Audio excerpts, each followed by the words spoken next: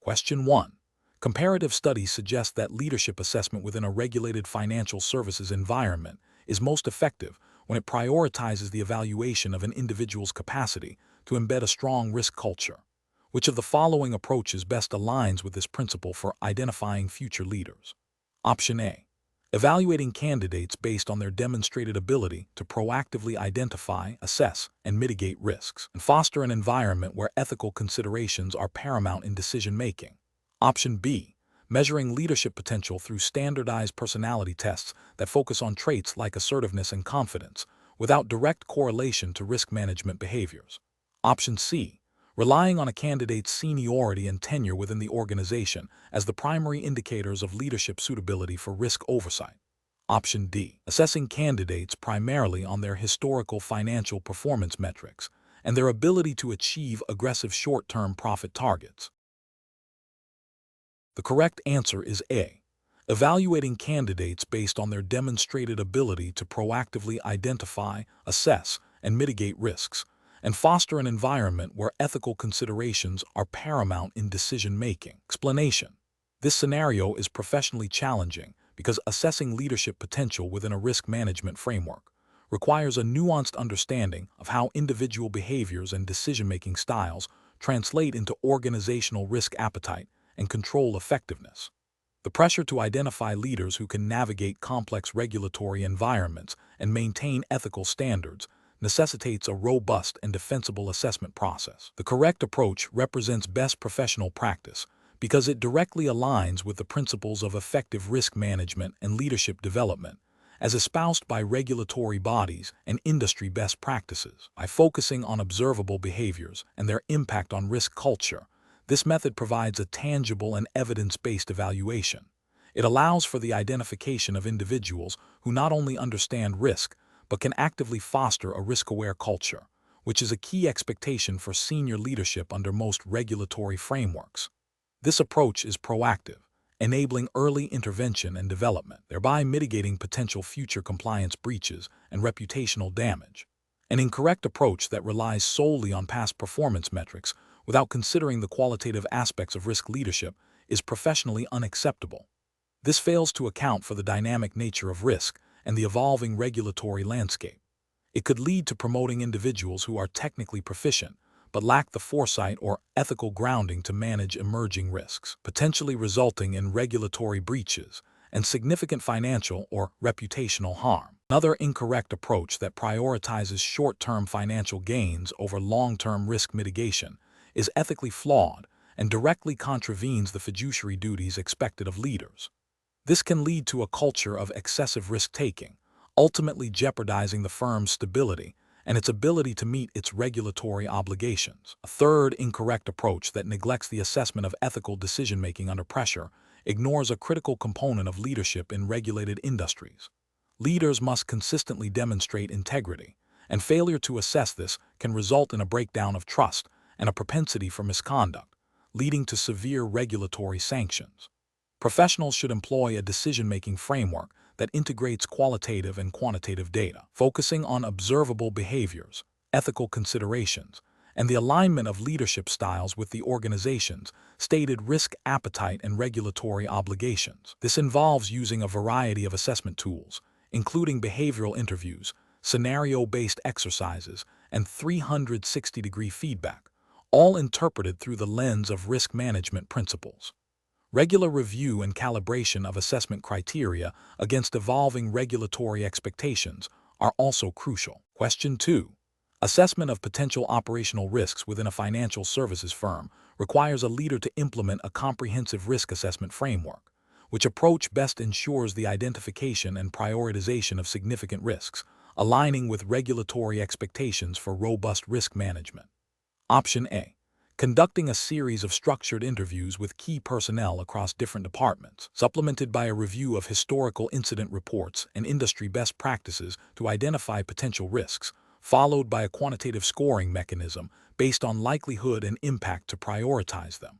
Option B. Relying on the collective experience and intuition of the senior management team to identify and rank the most probable risks, focusing on those that have been encountered in the past. Option C. Prioritizing risks based on the media coverage they have received and the perceived urgency expressed by external stakeholders, without an internal systematic evaluation. Option D. Delegating the risk assessment process to junior staff members with the instruction to identify any risks they personally deem important, without a defined methodology or reporting structure. The correct answer is A. Conducting a series of structured interviews with key personnel across different departments, supplemented by a review of historical incident reports and industry best practices to identify potential risks, followed by a quantitative scoring mechanism based on likelihood and impact to prioritize them. Explanation. This scenario presents a professional challenge because a leader must balance the need for robust risk assessment with the practicalities of resource allocation and the potential for bias. The leader's responsibility extends beyond simply identifying risks. It includes ensuring the assessment process is thorough, objective, and leads to effective mitigation strategies. The challenge lies in the subjective nature of risk perception and the potential for personal biases to influence the assessment, which can lead to misallocation of resources or overlooking critical threats. The correct approach represents best professional practice because it mandates a structured, evidence-based methodology for risk assessment. This involves systematically identifying potential risks, analyzing their likelihood and impact, and prioritizing them based on objective criteria. This aligns with regulatory expectations for sound governance and risk management, ensuring that decisions are informed and defensible. It promotes accountability by establishing a clear process for risk identification and mitigation, thereby safeguarding the organization's objectives and stakeholders' interests. An incorrect approach that relies solely on anecdotal evidence or past experiences without a systematic framework fails to meet regulatory requirements for due diligence and proactive risk management. This can lead to a false sense of security or an overemphasis on familiar risks while neglecting emerging or less obvious threats. Another incorrect approach that prioritizes risks based on personal intuition or the loudest voices within the team bypasses objective analysis and introduces bias, potentially leading to the misallocation of resources and a failure to address the most significant threats. This undermines the integrity of the risk management process and can expose the organization to unacceptable levels of risk. Professionals should employ a decision-making framework that begins with understanding the organization's strategic objectives and the regulatory environment.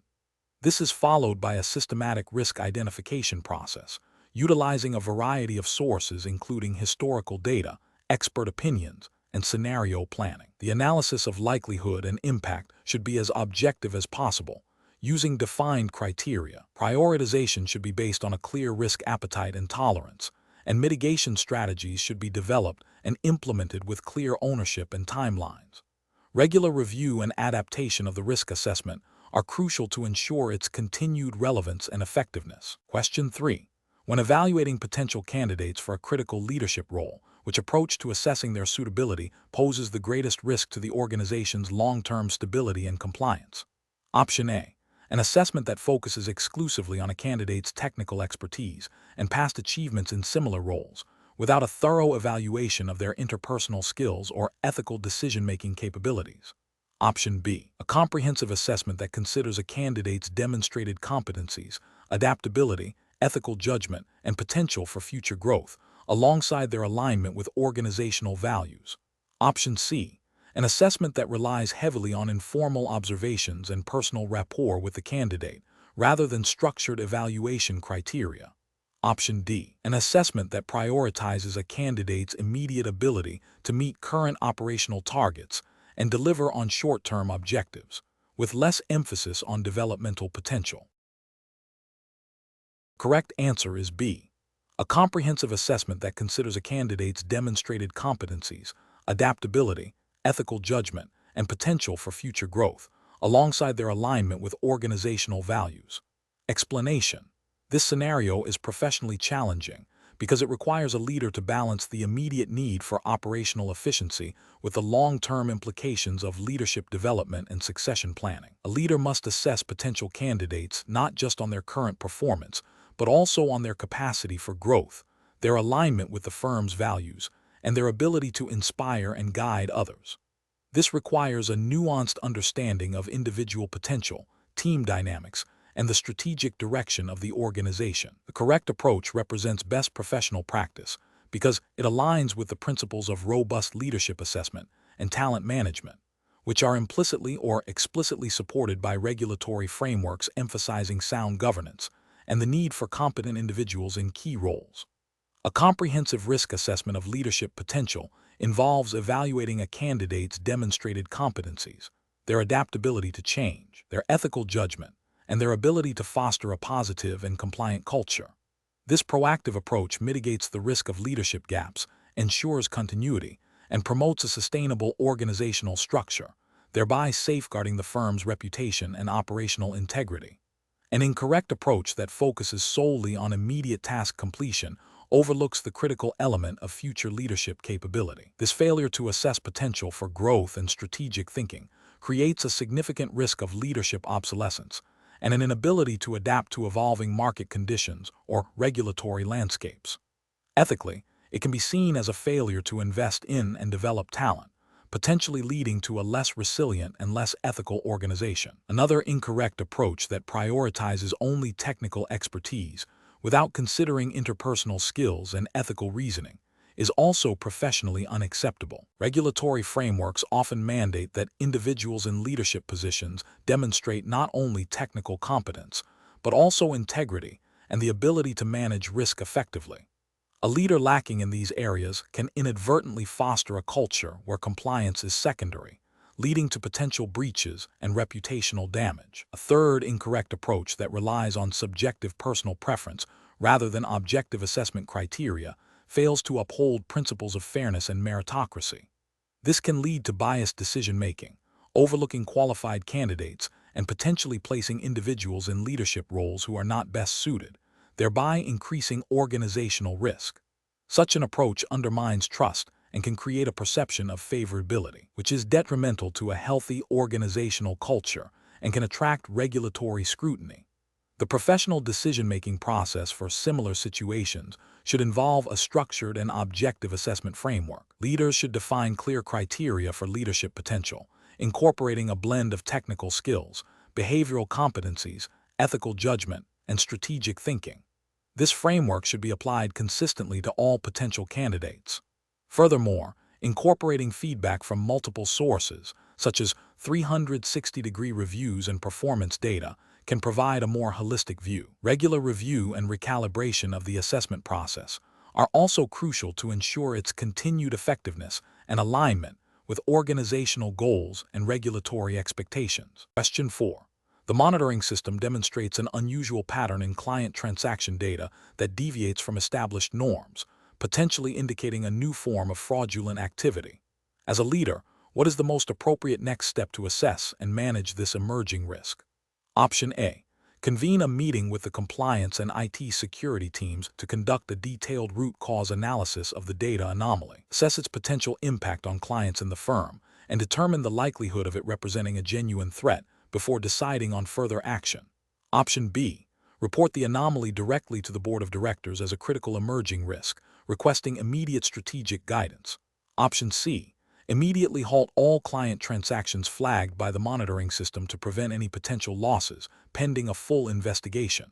Option D. Instruct the IT department to disable the monitoring system temporarily, as it appears to be generating false positives based on past experience. The correct answer is A. Convene a meeting with the compliance and IT security teams to conduct a detailed root cause analysis of the data anomaly, assess its potential impact on clients in the firm, and determine the likelihood of it representing a genuine threat before deciding on further action. Explanation. This scenario presents a professional challenge because it requires a leader to interpret complex, potentially conflicting data from a monitoring system and make a judgment call on the severity of a risk without definitive proof of immediate harm. The challenge lies in balancing proactive risk mitigation with the potential for overreaction or misallocation of resources. Effective leadership in this context demands a nuanced understanding of risk appetite, regulatory expectations, and the practical implications of different assessment approaches. The correct approach represents best professional practice because it prioritizes a systematic, evidence-based evaluation of the identified risk. This involves not just acknowledging the monitoring system's output, but actively seeking to understand the root cause, the potential impact, and the likelihood of that impact occurring. This aligns with regulatory frameworks that mandate robust risk management processes, requiring firms to identify, assess, and mitigate risks effectively. By engaging with the relevant subject matter experts and considering the broader business context, the leader ensures that the risk assessment is comprehensive, proportionate, and actionable, thereby fulfilling their duty of care and compliance obligations. An incorrect approach that focuses solely on the immediate alert from the monitoring system, without further investigation, represents a failure to conduct a proper risk assessment. This could lead to unnecessary panic, wasted resources on a phantom risk, or conversely, underestimation of a genuine threat if the alert is a symptom of a deeper, more complex issue. It demonstrates a lack of critical thinking and a reliance on superficial data, which is contrary to regulatory expectations for diligent risk management. Another incorrect approach that involves immediately escalating the issue to senior management without any preliminary analysis or attempt at understanding the situation demonstrates a failure to exercise professional judgment and leadership. While transparency is important, bypassing the initial assessment phase can overwhelm senior leadership with unverified information, hindering their ability to focus on strategic issues. It also suggests an abdication of responsibility for initial risk evaluation, a further incorrect approach that dismisses the monitoring system's alert without any investigation, perhaps due to a belief that it is prone to false positives, is a significant ethical and regulatory failure.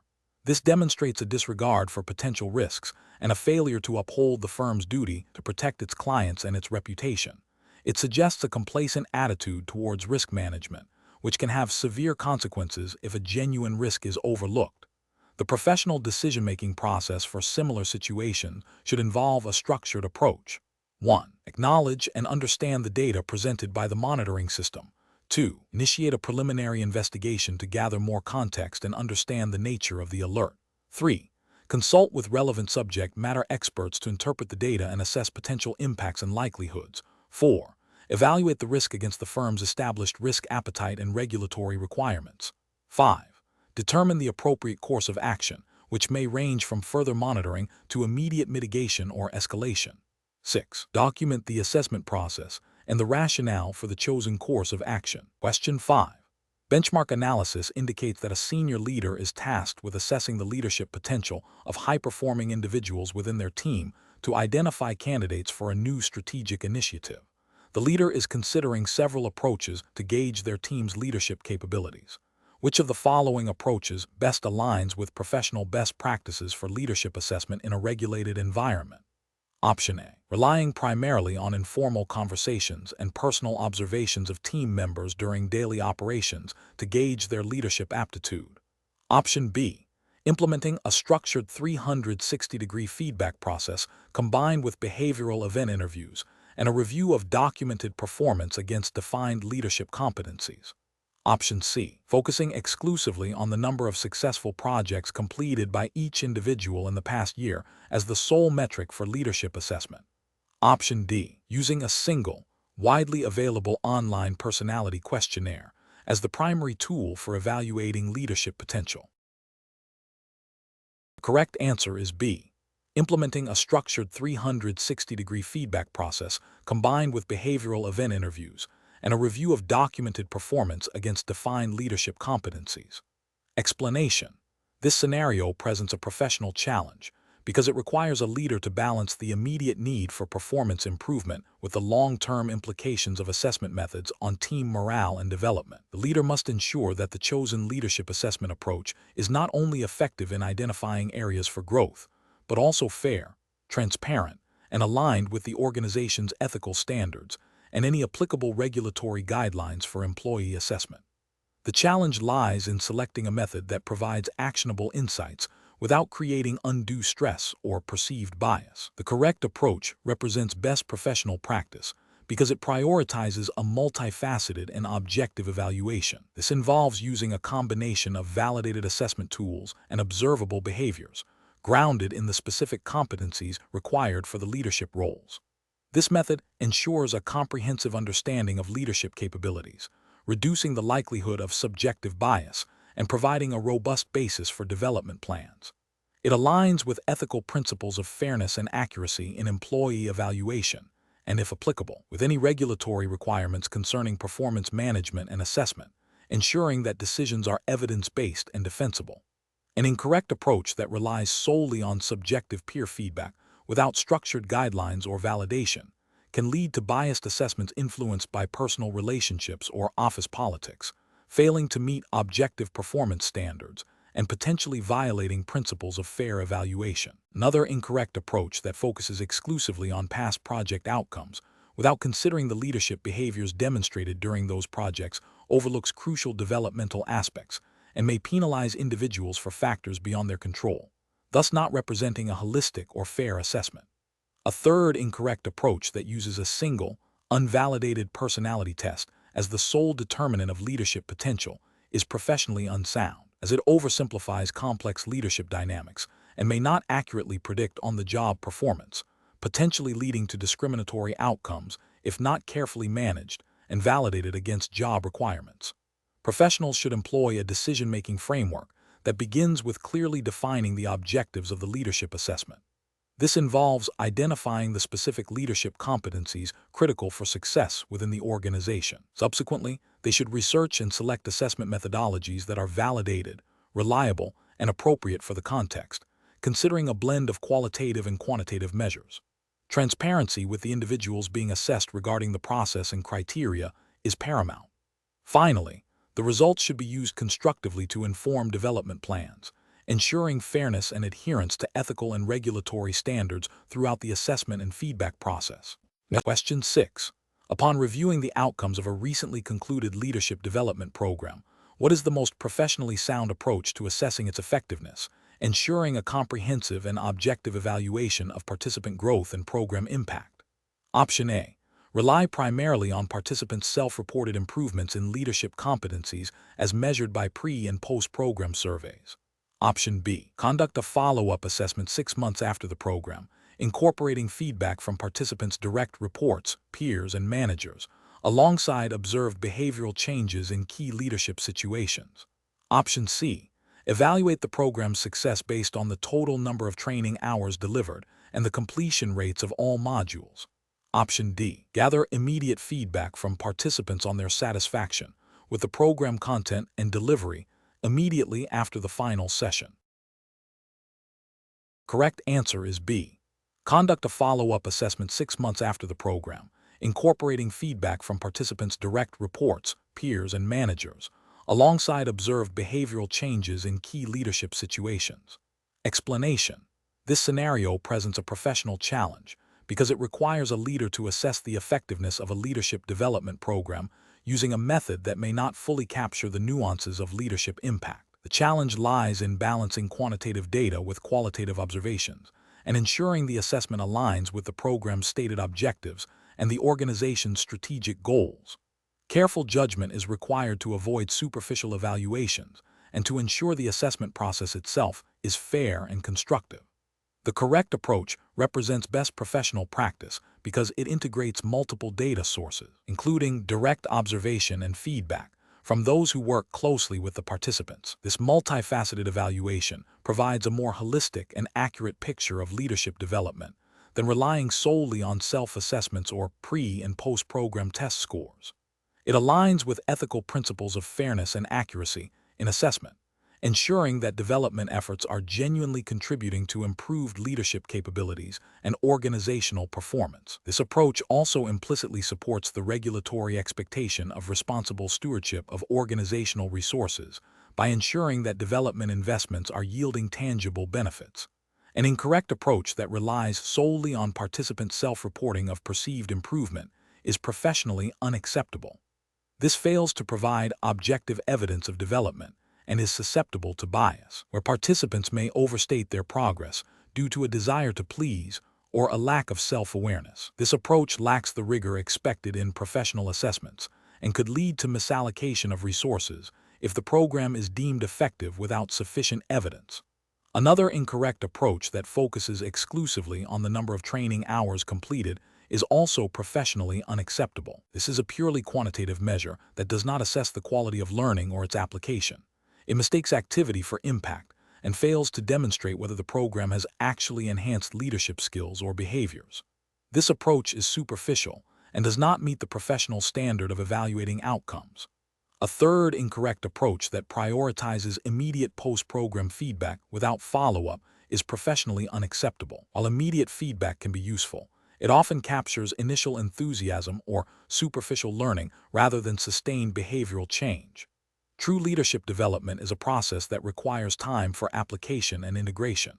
Failing to follow up means the assessment is incomplete and potentially misleading, as it does not measure the long-term impact or transfer of learning to the workplace. Professionals should employ a decision-making framework that emphasizes a balanced scorecard approach to leadership assessment. This involves defining clear, measurable objectives for leadership development programs, identifying a range of assessment methods, both quantitative and qualitative, and establishing a timeline for evaluation that includes both immediate and long-term impact.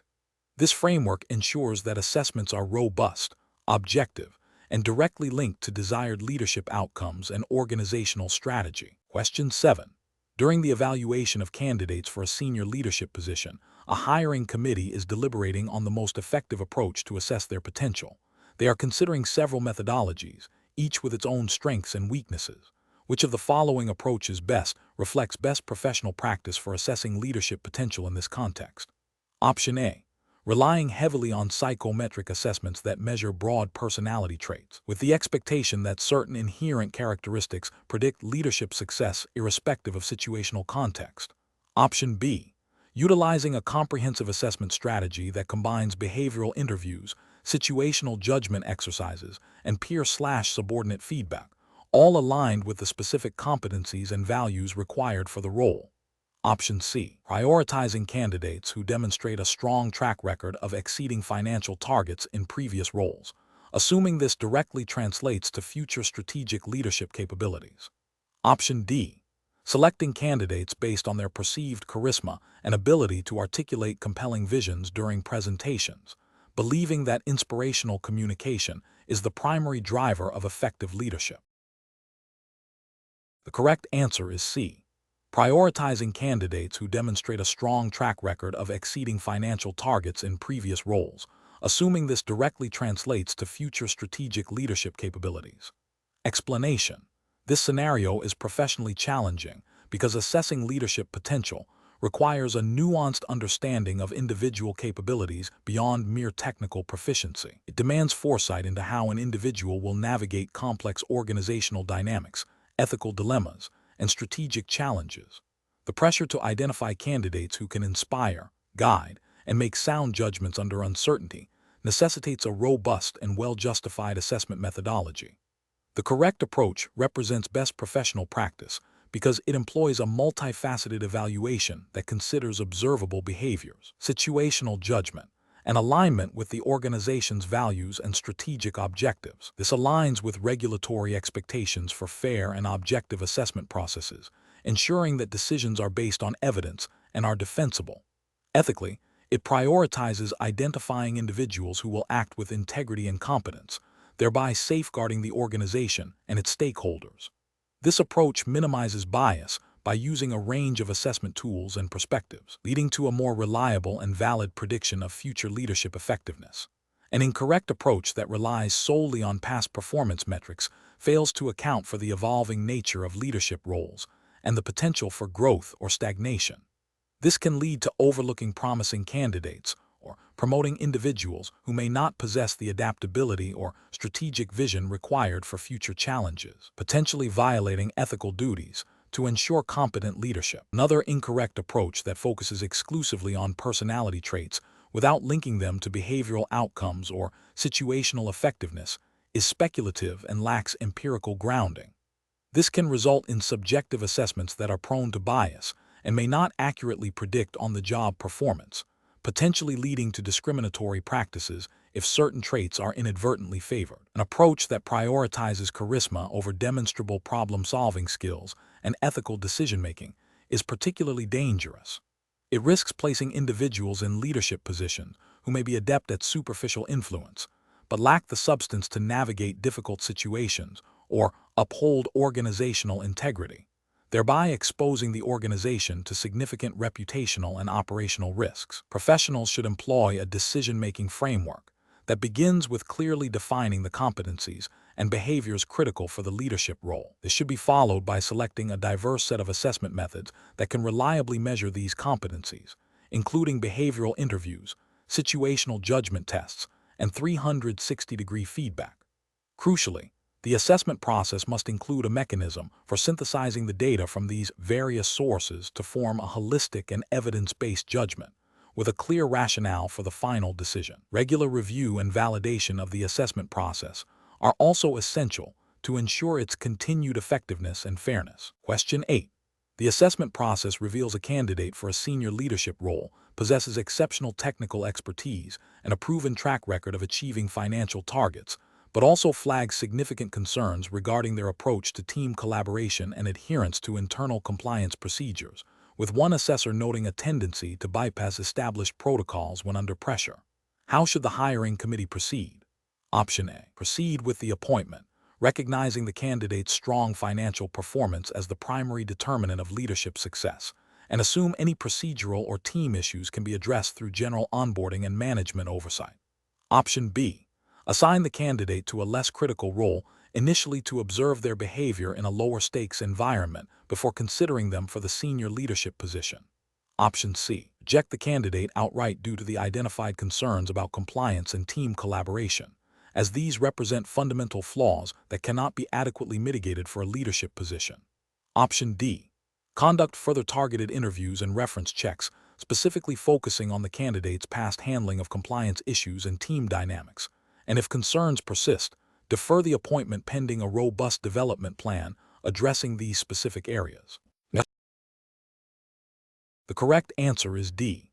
Conduct further targeted interviews and reference checks, specifically focusing on the candidate's past handling of compliance issues and team dynamics, and if concerns persist, defer the appointment pending a robust development plan addressing these specific areas. Explanation. Scenario analysis. This scenario presents a common challenge in leadership assessment where a candidate demonstrates strong technical skills, but exhibits potential interpersonal or ethical gaps. The professional challenge lies in balancing the immediate need for technical expertise against the long-term risks associated with a leader who may not uphold the firm's values or foster a positive team environment. Careful judgment is required to determine if the candidate's strengths outweigh their identified weaknesses, and if those weaknesses can be mitigated through development, or if they represent fundamental incompatibilities with the leadership role and regulatory expectations. Correct approach analysis. The best professional practice involves a holistic evaluation that prioritizes ethical conduct and adherence to regulatory frameworks over purely technical proficiency. In the context of financial services, regulatory bodies like the Financial Conduct Authority, FCA, in the UK place significant emphasis on fit and proper individuals. This means leaders must not only possess the necessary skills, but also demonstrate integrity, honesty, and a commitment to acting in the best interest of clients and the market. Therefore, a leadership assessment that flags significant concerns regarding integrity or ethical judgment, even in the presence of strong technical skills, necessitates further investigation and a cautious approach.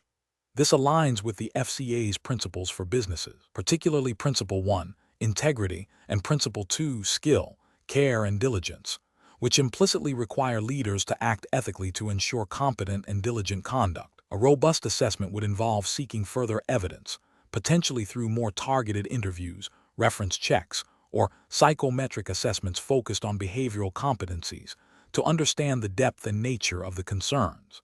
If the concerns remain significant and unmitigated, the most responsible professional decision is to defer or reject the appointment, as placing an individual with questionable ethical judgment in a leadership position poses a direct risk to the firm's reputation, client trust, and regulatory standing.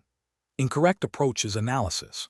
Prioritizing technical skills and overlooking or downplaying concerns about integrity or ethical judgment represents a failure to adhere to the fit and proper requirements mandated by regulators. This approach risks appointing a leader who may engage in misconduct, thereby exposing the firm to regulatory sanctions, reputational damage, and financial loss. It also fails to uphold the ethical duty to protect clients and maintain market integrity. focusing solely on the candidate's past performance without adequately probing the root cause of the identified behavioral or ethical concerns is also problematic. Past success does not guarantee future ethical conduct, especially in a new leadership role with different pressures and responsibilities. This approach neglects the proactive risk management expected of senior management. Accepting the candidate based on the assumption that any behavioral issues can be easily corrected post-appointment without a concrete development plan and ongoing monitoring is a gamble. While development is possible, fundamental ethical shortcomings are often deeply ingrained and may not be amenable to simple training, especially if the underlying issues relate to integrity or a disregard for rules. This approach underestimates the potential for harm and the difficulty of remediation. Professional reasoning. Professionals faced with such a scenario should employ a risk-based decision-making framework. This involves 1. Identifying and clearly articulating the specific concerns raised during the assessment, distinguishing between skill-based gaps and integrity/ethical concerns. 2. Evaluating the severity and potential impact of these concerns, particularly in relation to regulatory requirements and the firm's values. 3. Seeking further information and evidence to validate or mitigate the concerns, using a variety of assessment methods. 4. Considering the candidate's potential for development, but with a realistic assessment of what is achievable and the time frame involved. 5. Making a decision that prioritizes the firm's long-term stability, regulatory compliance, and ethical standing, even if it means foregoing a candidate with strong technical abilities. This often involves a better safe than sorry approach when fundamental ethical issues are at play. Question 9. Consider a scenario where a financial services firm is seeking to identify high-potential employees for a new leadership development program. The firm's HR department is tasked with designing the assessment process, which approach best aligns with professional best practices for leadership assessment in a regulated environment. Option A. Rely primarily on informal recommendations from senior managers and a review of candidates' existing technical qualifications and past project successes. Option B. Focus solely on candidates who have expressed a strong personal interest in leadership roles, assessing them through a single, in-depth interview with the head of HR. Option C. Utilize a combination of psychometric assessments, structured behavioral interviews conducted by a trained, diverse panel, and a review of performance data and 360-degree feedback. Option D. Conduct a series of informal coffee chats and networking events to gauge candidates' personalities and perceived leadership styles. The correct answer is C. Utilize a combination of psychometric assessments, structured behavioral interviews conducted by a trained, diverse panel, and a review of performance data and 360-degree feedback. Explanation. This scenario presents a professional challenge due to the inherent subjectivity in assessing leadership potential and the potential for bias to influence such assessments. Leaders are expected to uphold the highest ethical standards and demonstrate integrity, making the assessment process itself a critical test of these qualities. A robust leadership assessment must be fair, objective, and aligned with the organization's values and regulatory expectations. The correct approach represents best professional practice because it employs a multifaceted evaluation that combines objective data with structured, behavioral-based interviews. This methodology minimizes reliance on subjective impressions and ensures that candidates are assessed against predefined competencies relevant to leadership roles. It aligns with ethical principles of fairness and equal opportunity, and implicitly with regulatory frameworks that prohibit discrimination and mandate transparent processes. By using a diverse panel and seeking feedback from multiple sources, it mitigates individual bias and provides a more holistic and reliable picture of a candidate's leadership capabilities. An incorrect approach that relies solely on informal networking and personal recommendations fails to adhere to professional standards of objectivity and due diligence. This method is susceptible to unconscious bias, favoritism, and a lack of standardized evaluation criteria, potentially leading to the selection of less qualified individuals and creating an unfair process. It also risks overlooking diverse talent pools. Another incorrect approach that focuses exclusively on past technical achievements without considering behavioral competencies and leadership potential is also professionally unsound. While technical skill is important, effective leadership requires a broader set of skills, including communication, team building, strategic thinking, and ethical decision-making. An assessment that ignores these aspects will not accurately identify individuals capable of leading effectively. This approach can lead to the promotion of technically proficient individuals who lack the necessary leadership qualities, potentially undermining team morale and organizational performance. A professional decision-making process for leadership assessment should begin with clearly defining the leadership competencies required for the role, based on the organization's strategic objectives and values. This should be followed by the design of a multi-method assessment strategy that includes a mix of objective tools, e.g., psychometric assessments, simulations, and structured behavioral interviews. A diverse assessment panel should be trained to conduct evaluations objectively and consistently. Finally, a structured debriefing process should be used to synthesize all assessment data, allowing for a well-reasoned and defensible decision that is grounded in evidence and aligned with ethical and regulatory requirements. Question 10. The review process indicates that a highly successful individual contributor, known for consistently exceeding targets in their current role, is being considered for a significant leadership position. While their technical expertise and past performance are undeniable, concerns have been raised about their ability to effectively manage and motivate a team, as well as their strategic vision beyond their immediate area of responsibility. The assessment process needs to determine if this individual possesses the necessary leadership qualities for the new role, considering both their proven track record and potential developmental areas. Option A. Focus the assessment solely on the candidate's ability to deliver immediate results on critical upcoming projects, as this demonstrates their capacity to handle pressure and drive outcomes. Option B. Conduct a comprehensive leadership assessment that includes behavioral interviews, situational judgment tests, and 360-degree feedback to evaluate leadership competencies, strategic thinking, and team management skills, alongside a review of their past performance data. Option C. Promote the individual based on their exceptional past performance metrics, assuming that their success in their current role will translate directly into effective leadership. Option D.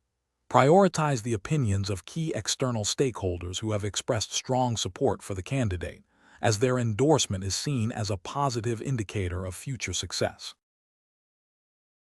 The correct answer is B.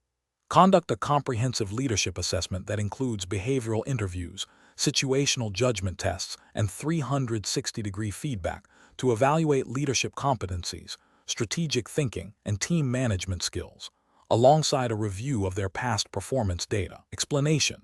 The scenario presents a common challenge in leadership assessment, balancing the need for objective evaluation with the potential for subjective bias and the impact of external pressures. The professional challenge lies in ensuring that the assessment process remains fair, transparent, and aligned with the organization's strategic objectives and regulatory requirements, particularly when dealing with a candidate who has a strong track record but may not fit a narrowly defined leadership profile. The pressure to promote a high-performing individual can conflict with the rigor required for a robust leadership assessment. The correct approach, which involves a multifaceted assessment that considers both performance data and behavioral competencies, represents best professional practice because it aligns with principles of fair and effective talent management. It acknowledges that leadership is not solely about past achievements, but also about the potential to adapt, influence, and drive future success. This approach is ethically sound as it seeks to provide a comprehensive and unbiased view of the candidate's suitability. From a regulatory perspective, such a thorough assessment helps to mitigate risks associated with poor hiring decisions and can support claims of due diligence in talent selection processes.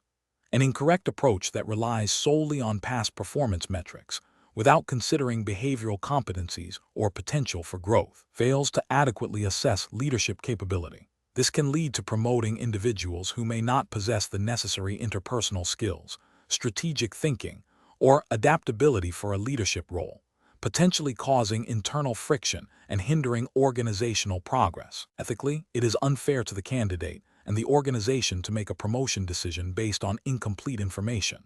Another incorrect approach, which prioritizes external stakeholder satisfaction over objective assessment, introduces significant bias. This can lead to the selection of a candidate based on popularity or perceived external appeal rather than actual leadership potential and suitability for the role. This is ethically questionable as it undermines the integrity of the assessment process and can create a perception of favoritism. A third incorrect approach that focuses exclusively on immediate project success, without a broader view of strategic alignment or long-term impact, is also flawed. Leadership assessment requires looking beyond short-term wins to evaluate a candidate's ability to contribute to the organization's overarching goals and navigate complex challenges.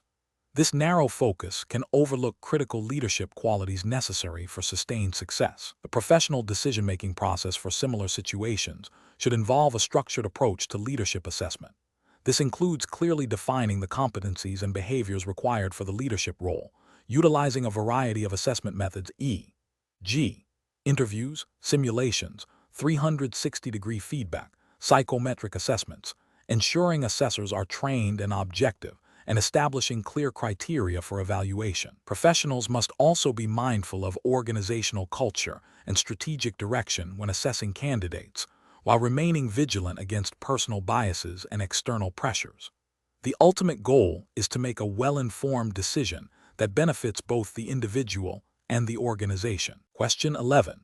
Which approach would be most effective in implementing a new leadership assessment framework designed to identify high-potential employees for future leadership roles while ensuring fairness and minimizing bias? Option A. A multifaceted approach combining 360-degree feedback, behavioral interviews, assessment centers, and objective performance data with clear rubrics for evaluation. Option B. Focusing exclusively on historical sales figures and project completion rates as the sole indicators of leadership capability. Option C. Implementing a single, widely recognized personality assessment tool and using its scores as the primary determinant for leadership potential. Option D. Relying primarily on the subjective opinions and recommendations of senior managers who have direct experience with potential candidates. The correct answer is A. A multifaceted approach combining 360-degree feedback, behavioral interviews, assessment centers, and objective performance data, with clear rubrics for evaluation. Explanation.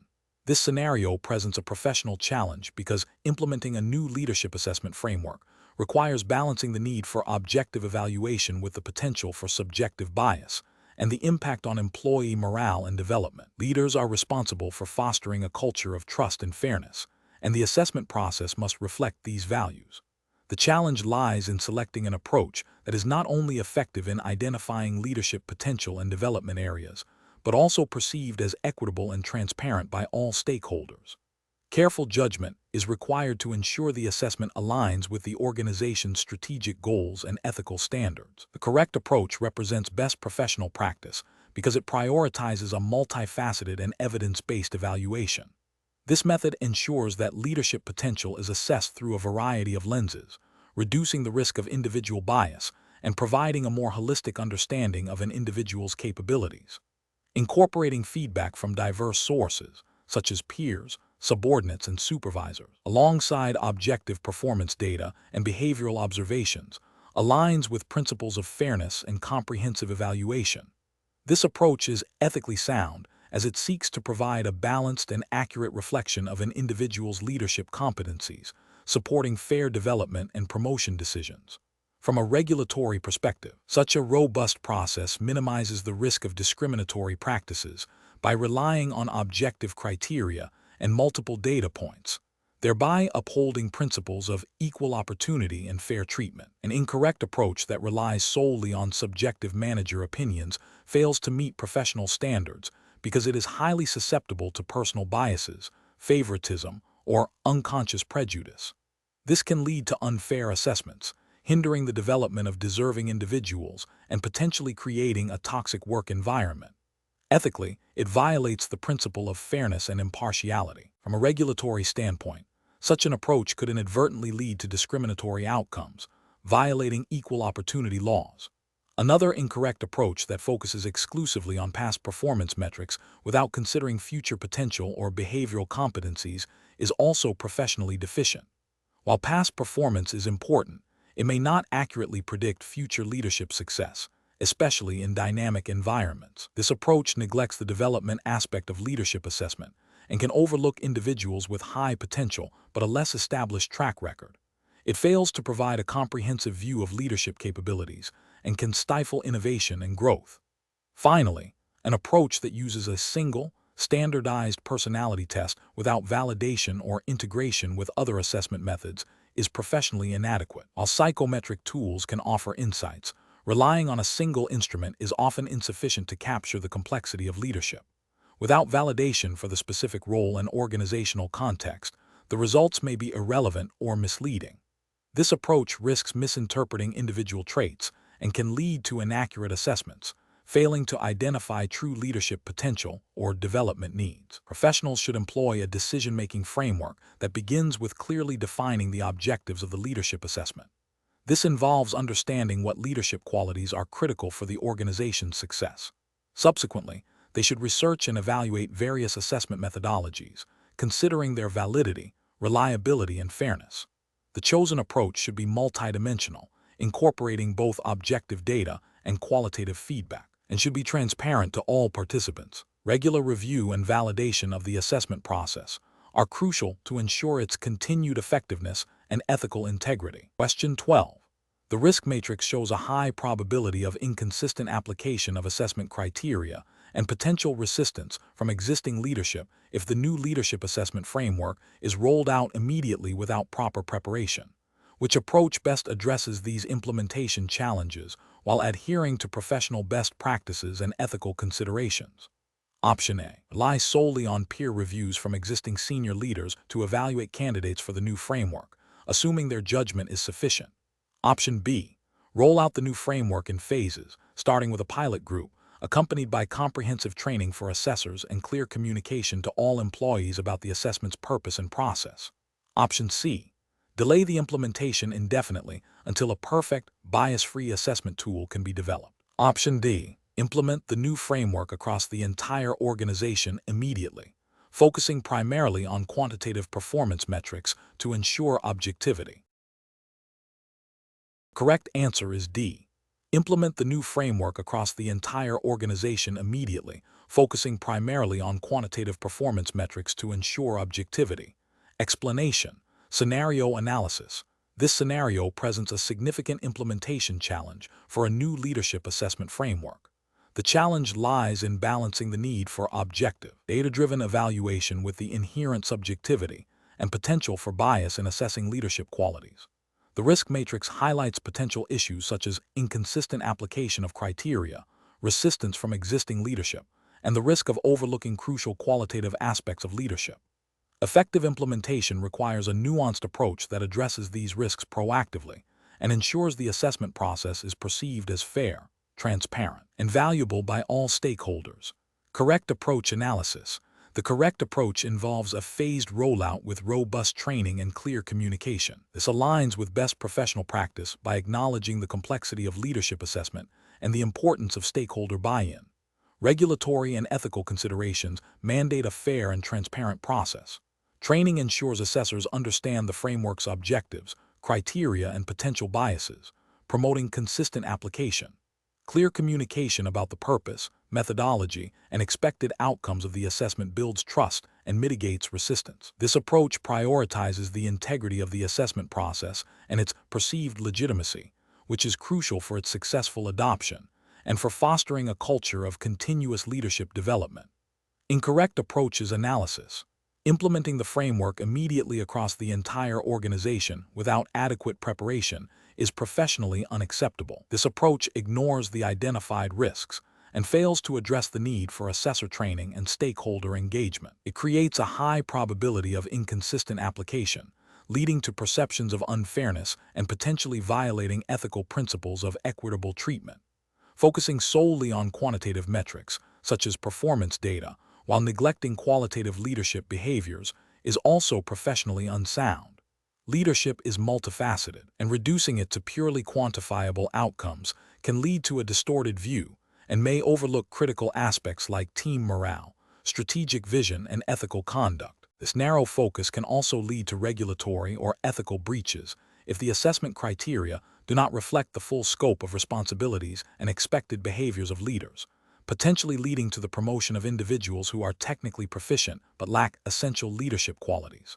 Relying exclusively on peer reviews without a structured framework or independent validation is problematic.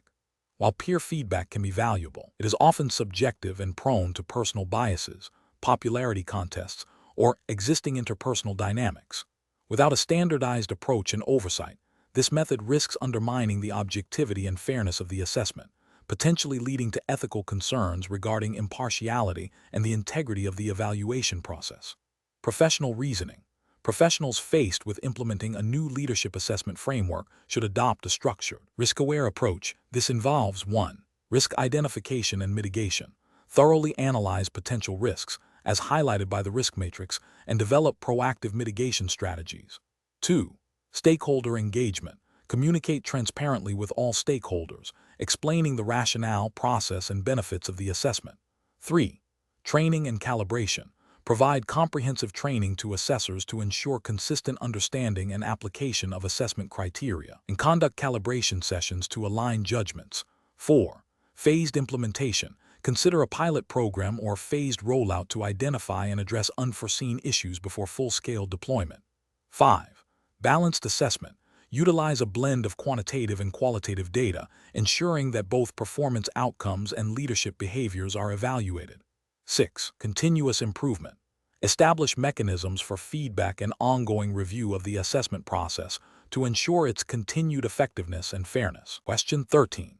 System analysis indicates that a financial services firm is seeking to implement a new leadership assessment framework to identify high-potential individuals for senior roles.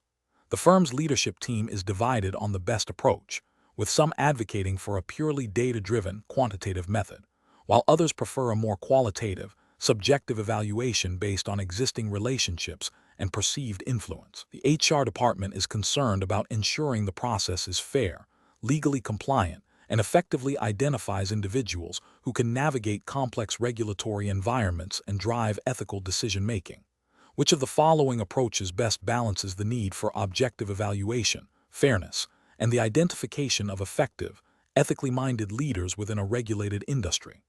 Option A. Implementing a single, high-stakes online assessment that measures a broad range of cognitive abilities and personality traits, with the highest scores automatically qualifying candidates for promotion. Option B.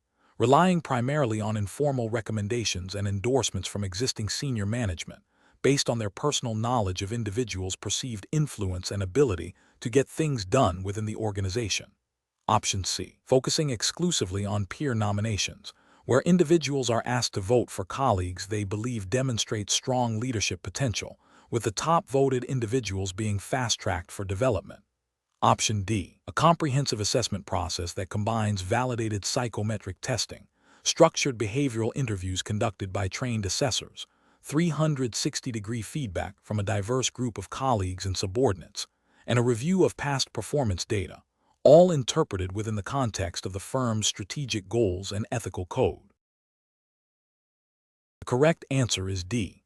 A comprehensive assessment process that combines validated psychometric testing, structured behavioral interviews conducted by trained assessors, 360-degree feedback from a diverse group of colleagues and subordinates, and a review of past performance data, all interpreted within the context of the firm's strategic goals and ethical code. Explanation. This scenario presents a professional challenge because the implementation of a new leadership assessment framework requires balancing the need for objective evaluation with the potential for subjective bias and the impact on employee morale. The challenge lies in ensuring the assessment process is perceived as fair, transparent, and aligned with the organization's strategic objectives, while also adhering to relevant regulatory and ethical guidelines. Careful judgment is required to select an approach that not only identifies effective leaders, but also fosters a positive and productive work environment. The correct approach represents best professional practice because it prioritizes a multifaceted assessment that incorporates both quantitative and qualitative data, alongside robust feedback mechanisms. This aligns with the principles of fair and transparent evaluation, which are often implicitly or explicitly supported by professional codes of conduct and good governance practices. By involving multiple stakeholders and providing clear communication, this approach mitigates bias and enhances the perceived legitimacy of the assessment process. It also allows for a more holistic understanding of leadership potential, moving beyond a single, potentially flawed measurement. An incorrect approach that relies solely on a single, high-stakes psychometric test fails to account for the complexities of leadership and can lead to a narrow, potentially biased, selection. This could be ethically problematic if it disadvantages certain groups or fails to identify individuals with diverse leadership styles who could be valuable to the organization. Another incorrect approach that focuses exclusively on peer nominations without objective validation risks succumbing to popularity contests or personal relationships rather than genuine leadership capability. This lacks professional rigor and could lead to the promotion of less competent individuals, potentially exposing the organization to reputational damage or poor strategic execution. An approach that bypasses established HR processes and relies on informal, subjective recommendations from senior management without a structured framework is ethically unsound and potentially discriminatory. It undermines the principles of meritocracy and equal opportunity and could lead to a lack of accountability in the leadership selection process. Professionals should employ a decision-making framework that begins with clearly defining the desired leadership competencies aligned with organizational strategy. This should be followed by a thorough review of available assessment methodologies, considering their validity, reliability, and potential for bias. A multi-method approach, incorporating diverse perspectives and data points, is generally preferable. Transparency in the process, clear communication to all stakeholders, and robust appeals or feedback mechanisms are crucial for ensuring fairness and buy-in. Finally, continuous evaluation of the assessment process itself is necessary to ensure its ongoing effectiveness and adherence to ethical standards. Question 14. The investigation demonstrates that a senior leader within a financial services firm has been exclusively responsible for assessing the leadership potential of junior employees, relying solely on informal conversations and personal impressions gathered over several years. This approach has led to a perceived lack of transparency and a growing concern among employees about the fairness of promotion decisions. What is the most appropriate leadership assessment approach to address these concerns and ensure a robust and equitable evaluation process? Option A. Focus solely on an employee's performance metrics in their current role, assuming that high performance directly translates to leadership capability for future roles. Option B. Implement a comprehensive leadership assessment program that includes structured interviews, 360-degree feedback, and validated psychometric assessments with a panel of trained assessors to ensure objectivity and diverse perspectives. Option C. Continue with the current informal assessment method, but provide the senior leader with additional training on unconscious bias to mitigate potential subjectivity. Option D. Introduce a single, widely recognized psychometric assessment tool and require all employees to complete it annually to establish a standardized baseline for leadership potential. The correct answer is B.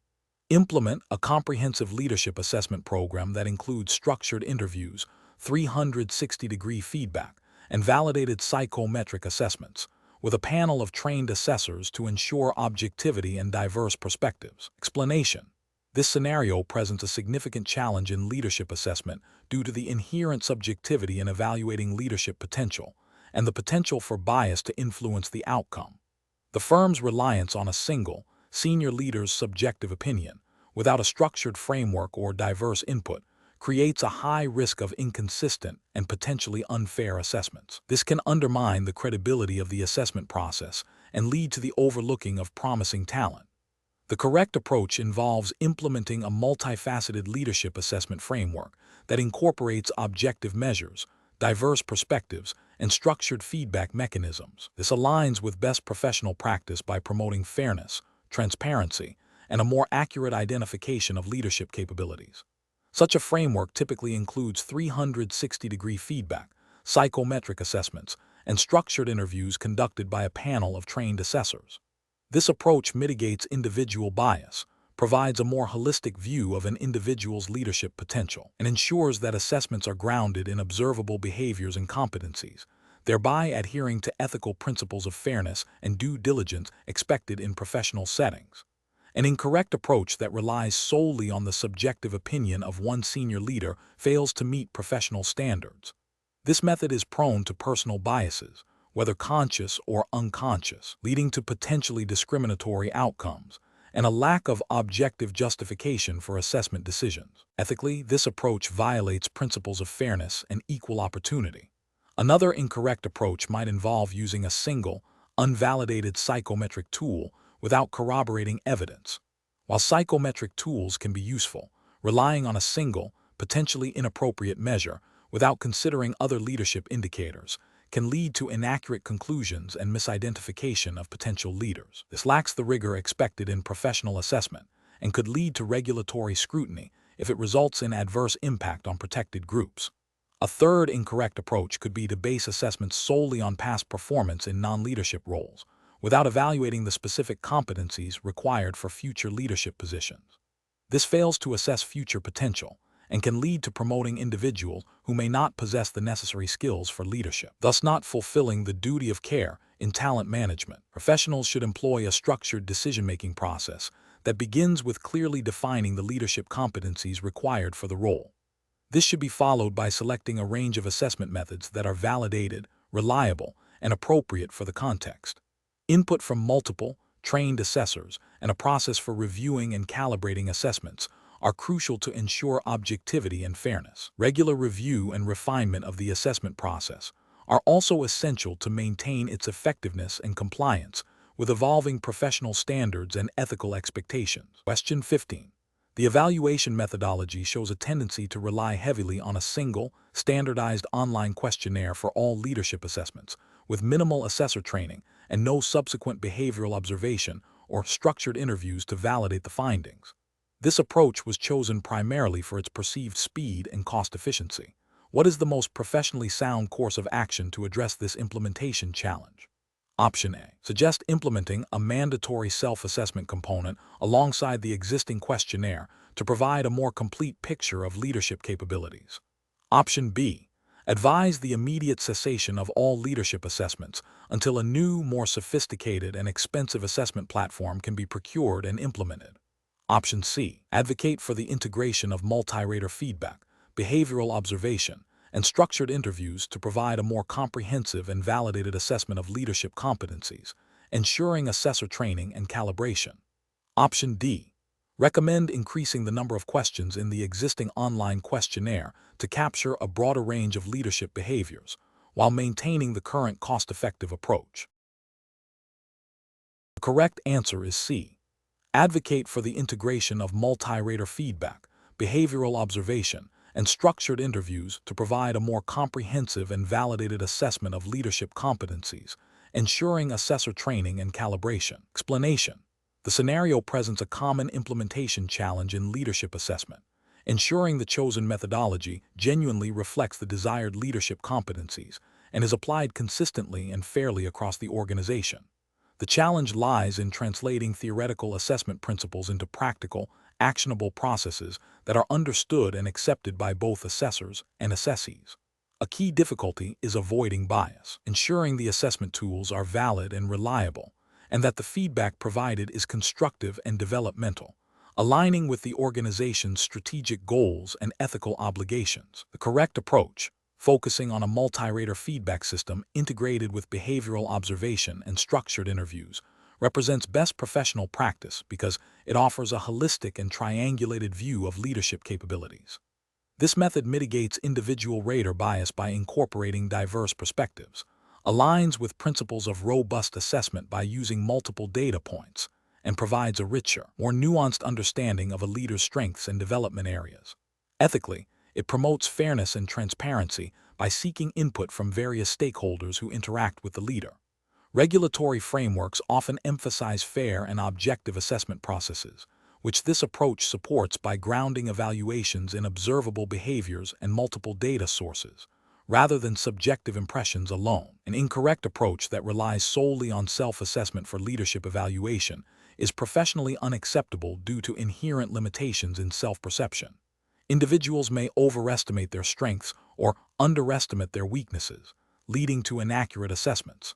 This failure to account for external perspectives can violate ethical principles of fairness and objectivity, as it does not provide a balanced view. It also fails to meet potential regulatory expectations for objective performance evaluation, which often require corroboration from multiple sources.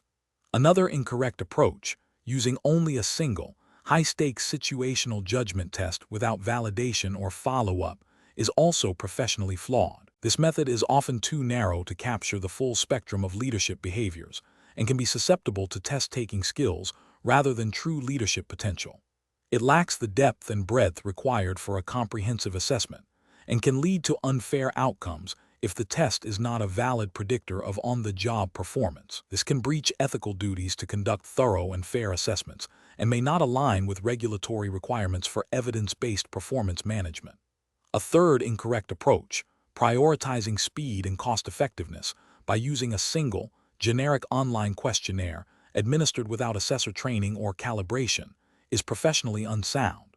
This method is prone to superficial responses and significant rater variability, leading to unreliable and potentially biased results. It fails to ensure the assessment is tailored to the specific leadership context of the organization and neglects the crucial element of assessor competence, which is vital for consistent and fair application of any assessment tool. This approach risks violating ethical obligations to conduct assessments with due diligence and may not satisfy regulatory demands for reliable and valid evaluation processes. Professionals should adopt a decision-making framework that begins with clearly defining the leadership competencies to be assessed, aligning them with organizational strategy. This should be followed by selecting or designing assessment methods that are valid, reliable, and appropriate for the context, ideally using a combination of approaches to gather diverse data. Crucially, assessors must be trained and calibrated to ensure consistency and fairness. The process should include mechanisms for feedback and development, ensuring the assessment serves a developmental purpose. Transparency and fairness should be paramount throughout, with clear communication to all involved. Question 16. What factors determine the most effective and ethically sound approach to implementing a leadership assessment process within a UK-regulated financial services firm, considering the need for both selection and development? Option A. The alignment of assessment methods with defined leadership competencies and strategic objectives, the use of validated and reliable tools, and a commitment to providing constructive, development-focused feedback. Option B. The reliance on a single, widely recognized personality assessment tool without supplementary validation or contextual application. Option C. The speed at which assessments can be completed and the cost-effectiveness of the chosen tools, regardless of their proven validity or potential for bias. Option D. The exclusive focus on historical performance data and quantifiable metrics, without considering future potential or adaptability to evolving market conditions. The correct answer is A. The alignment of assessment methods with defined leadership competencies and strategic objectives, the use of validated and reliable tools, and a commitment to providing constructive, development-focused feedback. Explanation. This scenario presents a common implementation challenge in leadership assessment, ensuring that the chosen assessment methods accurately reflect the desired leadership competencies in a way that is both effective and compliant with professional standards. The challenge lies in balancing the need for robust, insightful data with the practical constraints of time, budget, and the potential for bias within assessment tools. Careful judgment is required to select methods that are valid, reliable, and fair, and that can be integrated into a development process rather than simply serving as a selection tool. The correct approach emphasizes a multifaceted strategy that aligns assessment with organizational strategy and development needs. This involves using a combination of assessment methods, such as 360-degree feedback, behavioral interviews, and simulations, to gain a comprehensive view of leadership potential. Crucially, it prioritizes the use of validated tools and processes, ensuring that the assessment criteria are clearly defined and communicated, and that feedback is constructive and actionable. This approach represents best professional practice because it adheres to ethical guidelines that mandate fairness, objectivity, and a focus on development. It also aligns with principles of good governance, ensuring that leadership selection and development are transparent and defensible. By focusing on a holistic view and validated methods, it minimizes the risk of bias and promotes equitable opportunities. An incorrect approach that relies solely on a single, potentially biased assessment method, such as a personality questionnaire without further validation or context, fails to provide a comprehensive picture of leadership capability. This can lead to misjudgments and potentially exclude individuals who possess strong leadership potential but do not score well on that specific instrument. Such an approach risks violating ethical principles of fairness and objectivity. Another incorrect approach that focuses exclusively on past performance metrics without considering future potential or adaptability overlooks the dynamic nature of leadership. This can lead to promoting individuals who are effective in current roles but may not be equipped for future challenges, potentially hindering organizational growth and failing to identify emerging talent. A third incorrect approach that prioritizes speed and cost-effectiveness over rigor and validity can result in the use of unvalidated or inappropriate assessment tools. This not only compromises the quality of the assessment, but also exposes the organization to legal and reputational risks if the assessment is found to be discriminatory or ineffective. Professionals should employ a decision-making framework that begins with a clear understanding of the specific leadership competencies required for the role and the organization's strategic objectives. This should be followed by a thorough review of available assessment methodologies, considering their validity, reliability, fairness, and relevance to the identified competencies. A multi-method approach is generally preferred to mitigate the risks associated with any single tool. Furthermore, professionals must ensure that the assessment process is transparent, that participants are informed about the purpose and methods, and that feedback is provided constructively to support development. Ethical considerations, including data privacy and the avoidance of bias, must be paramount throughout the process. Question 17. Governance review demonstrates a significant divergence between the organization's espoused leadership values and the actual behaviors observed in senior management. What is the most appropriate next step to address this critical leadership assessment issue? Option A. Classify the observed behavioral discrepancies as isolated incidents and focus on addressing operational performance issues. Option B. Immediately implement mandatory leadership ethics training for all senior managers, focusing on the organization's stated values. Option C. Conduct a comprehensive impact assessment to quantify the effects of the behavioral discrepancies on organizational culture, ethical conduct, and regulatory compliance. Option D. Issue a formal statement reaffirming the organization's commitment to its leadership values, without further investigation into behavioral patterns. The correct answer is C. Conduct a comprehensive impact assessment to quantify the effects of the behavioral discrepancies on organizational culture, ethical conduct, and regulatory compliance. Explanation: scenario analysis. This scenario presents a professional challenge because the governance review has identified a potential disconnect between stated leadership values and observed behaviors. The challenge lies in accurately assessing the impact of this discrepancy on the organization's culture, ethical conduct, and ultimately, its ability to meet regulatory obligations and strategic objectives. Leaders are expected to embody the values they espouse, and a failure to do so can erode trust, lead to compliance breaches, and hinder effective decision-making. The assessment must be objective, evidence-based, and consider the systemic implications of leadership action. Correct approach analysis. The correct approach involves conducting a comprehensive impact assessment that quantizes the tangible and intangible effects of the leadership behavior gap. This assessment should utilize a multifaceted methodology, including stakeholder feedback from employees, customers, and regulators, analysis of performance metrics e.g., employee engagement scores, customer satisfaction, incident reports, and a review of compliance records. The goal is to understand how the observed behaviors have influenced decision-making processes, risk appetite, ethical culture, and adherence to regulatory frameworks.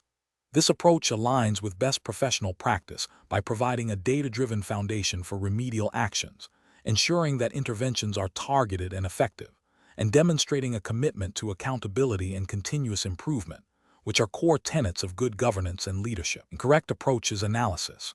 One incorrect approach is to focus solely on the stated leadership values without investigating the behavioral discrepancies. This fails to address the root cause of the problem and ignores the potential negative impacts on the organization. It represents a regulatory and ethical failure by neglecting the duty to ensure that leadership actions align with the organization's stated principles and legal obligations. Another incorrect approach is to dismiss the findings of the governance review as minor or isolated incidents without further investigation. This demonstrates a lack of due diligence and a failure to proactively manage risks. Ethically, it can be seen as a dereliction of duty by leadership to address potential cultural or compliance issues that could have broader consequences. A third incorrect approach is to implement superficial training programs for leaders without a thorough understanding of the specific behavioral gaps and their impact. While training can be part of the solution, without a preceding impact assessment, it may be misdirected, ineffective, and fail to address the underlying issues, leading to continued noncompliance or ethical lapses. This represents a failure to apply a systematic and evidence-based approach to leadership development and risk mitigation. Professional reasoning. Professionals facing such a situation should adopt a structured, evidence-based approach. First, acknowledge the findings of the governance review and treat them with seriousness. Second, initiate a thorough impact assessment to understand the scope and consequences of the identified discrepancies. This assessment should involve gathering diverse data points and perspectives. Third, based on the assessment's findings, develop a targeted action plan that addresses both behavioral changes and systemic improvements.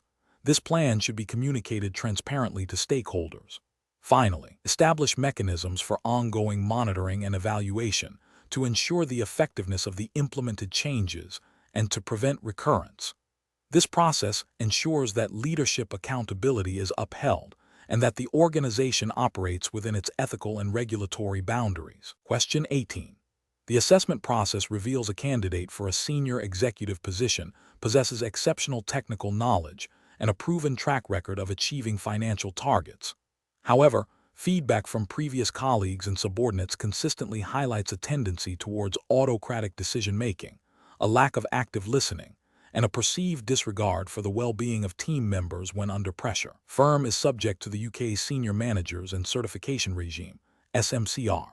Which of the following approaches best addresses the findings of the assessment process in line with regulatory expectations and professional best practice? Option A. Focus solely on the candidate's technical qualifications and financial achievements, as these are the primary drivers of business success and are explicitly recognized under SMCR for senior roles. Option B. Mitigate the concerns regarding leadership style by assigning a strong HR manager to directly supervise the candidate's team, thereby compensating for any perceived deficiencies in the candidate's interpersonal skills. Option C. Proceed with the appointment based on the candidate's strong financial performance and technical expertise, assuming that leadership style can be addressed through subsequent training and development once in the role.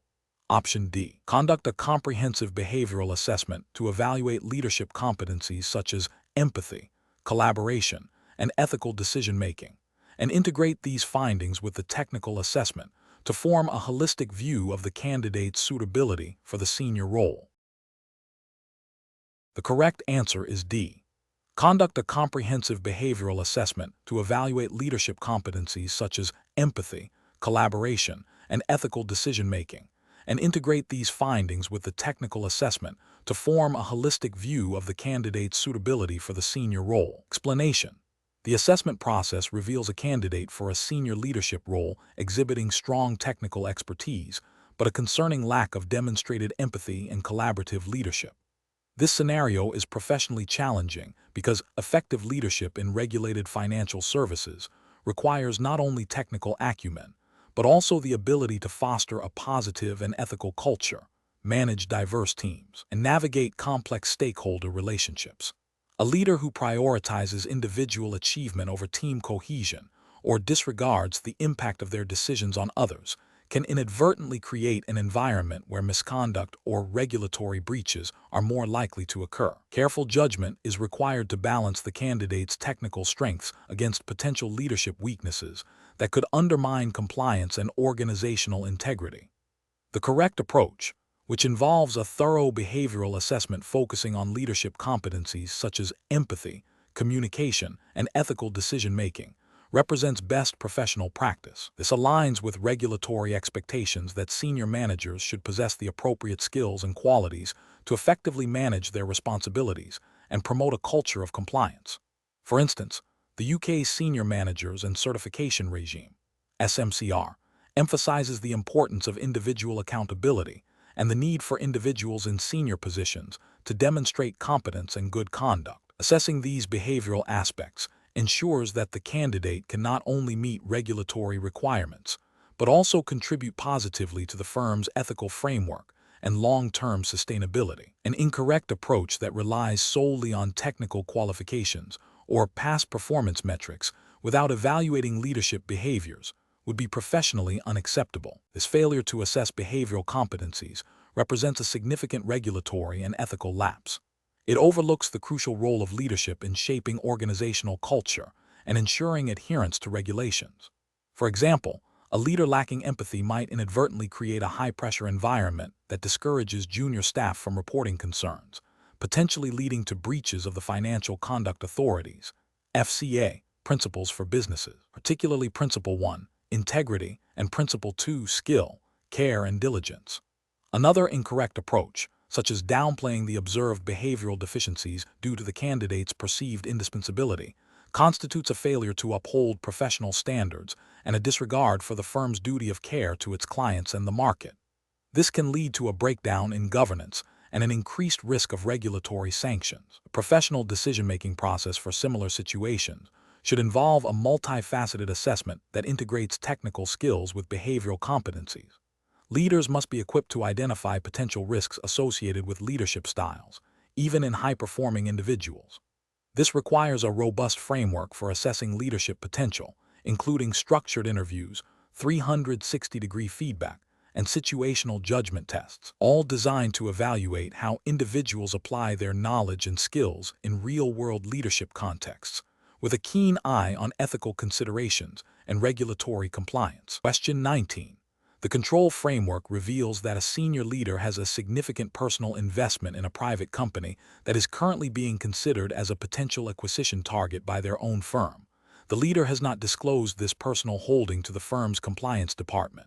What is the most appropriate course of action for the senior leader? Option A. Immediately disclose the personal investment to the compliance department and recuse themselves from any discussions or decisions related to the potential acquisition. Option B. Proceed with the investment and wait to see if the acquisition proceeds, then disclose the holding if it becomes relevant. Option C. Discreetly attempt to influence the acquisition decision internally to benefit their personal investment without formally disclosing the conflict. Option D. Sell the personal investment immediately to avoid any appearance of a conflict of interest, without informing compliance. The correct answer is A. Immediately disclose the personal investment to the compliance department and recuse themselves from any discussions or decisions related to the potential acquisition. Explanation. The control framework reveals a potential conflict of interest that challenges a senior leader's ethical judgment and adherence to regulatory expectations. The scenario is professionally challenging because it pits the leader's personal financial interests against their fiduciary duty to the firm and its clients, as well as their responsibility to uphold market integrity. The pressure to act in a way that benefits oneself, even if it means potentially compromising ethical standards or regulatory compliance, is significant. Careful judgment is required to navigate this situation without violating trust or legal obligations. The correct approach represents best professional practice because it prioritizes transparency, compliance, and the avoidance of conflicts of interest, which are fundamental tenets of regulatory frameworks governing financial services. By immediately disclosing the situation to the compliance department and recusing oneself from any decision-making processes related to the potential acquisition, the leader demonstrates a commitment to ethical conduct and regulatory adherence. This proactive disclosure ensures that the firm can manage the conflict appropriately, safeguarding client interests and maintaining the integrity of the market. This aligns with principles of good governance and the duty of care expected of senior leadership. An incorrect approach that involves proceeding with the investment without disclosure would constitute a serious regulatory and ethical failure. It would breach the duty of loyalty to the firm and its clients, potentially leading to insider trading if the information is material and non-public. This action would violate regulations prohibiting the misuse of confidential information and create an unacceptable conflict of interest, undermining market fairness. Another incorrect approach, such as attempting to influence the acquisition decision indirectly without formal disclosure, is equally problematic. This circumvents established compliance procedures and still represents a conflict of interest, as the leader is acting on personal gain while ostensibly performing their professional duties. This behavior erodes trust and can lead to reputational damage for both the individual and the firm. A professional decision-making process for similar situations should involve a clear framework. 1. Identify the potential conflict of interest or ethical concern. 2. Consult the firm's internal policies and procedures regarding conflicts of interest and personal trading. 3. Seek guidance from the compliance department or legal counsel immediately. 4. Disclose all relevant information fully and transparently. 5. Recuse oneself from any decision-making processes where a conflict exists. 6. Document all actions taken and advice received. This structured approach ensures that decisions are made with integrity, in compliance with regulations, and in the best interests of all stakeholders. Question 20. Regulatory review indicates that a financial services firm is implementing a new leadership assessment framework. The firm's senior leadership is keen to adopt a cutting-edge, technology-driven approach to identify future leaders, but the Human Resources Department is concerned about the practicalities of integration and the potential for unintended biases. Which approach to implementing this new leadership assessment framework best balances regulatory compliance, ethical considerations, and effective talent identification? Option A. Prioritize the fastest and most cost-effective implementation by using existing, unvalidated assessment tools and providing minimal training to assessors to expedite the process. Option B. Conduct a comprehensive pilot program in a select department, gathering feedback from participants and assessors, and using this data to refine the assessment tools and processes before a wider rollout, ensuring alignment with firm-wide competency models and regulatory expectations. Option C. Focus exclusively on the theoretical aspects of leadership assessment, developing an elaborate framework that is not immediately tested or validated in practice, with the intention of refining it over time based on anecdotal evidence. Option D. Implement the new assessment framework immediately across all departments, relying on the vendor's proprietary algorithms and assuming the technology will inherently identify the most suitable candidates. Correct answer is D. Implement the new assessment framework immediately across all departments, relying on the vendor's proprietary algorithms and assuming the technology will inherently identify the most suitable candidates. Explanation: this scenario presents a significant implementation challenge for a leadership assessment program within a regulated financial services firm. The core difficulty lies in balancing the need for robust, objective assessment with the practical realities of integrating new methodologies into existing organizational structures and cultures. The firm must ensure that the chosen assessment approach not only identifies effective leadership, but also aligns with the principles of fairness, transparency, and accountability mandated by regulatory bodies. The correct approach emphasizes a phased, evidence-based implementation that prioritizes stakeholder buy-in and continuous refinement. This aligns with best professional practice by acknowledging that leadership assessment is not a static event, but an ongoing process requiring adaptation. Regulatory and ethical justification stems from the need for a defensible and transparent process. By involving key stakeholders, piloting the assessment, and establishing clear feedback mechanisms, the firm demonstrates a commitment to due diligence and responsible implementation, minimizing the risk of biased outcomes or regulatory noncompliance. This approach fosters trust and ensures the assessment's long-term effectiveness and acceptance. An incorrect approach that focuses solely on adopting the latest assessment technology without adequate consideration for organizational context or validation risks several regulatory and ethical failures.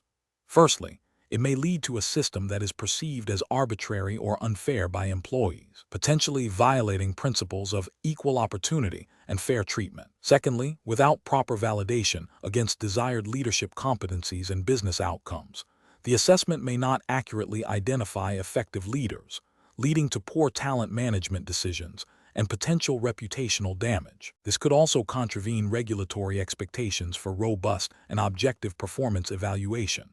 Another incorrect approach, which prioritizes speed and cost efficiency over thoroughness, might involve a superficial rollout of the assessment.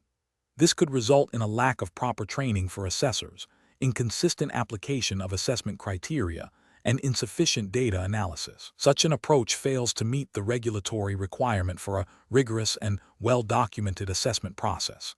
Ethically, it undermines the integrity of the leadership pipeline and can lead to the promotion of individuals who are not truly equipped for leadership roles, ultimately harming the organization and its stakeholders. Professionals should approach leadership assessment implementation by first understanding the specific regulatory landscape and the firm's strategic objectives. This involves a thorough needs analysis, followed by a careful selection of assessment methodologies that are validated and appropriate for the organizational context. A phased implementation, including pilot testing and stakeholder engagement, is crucial.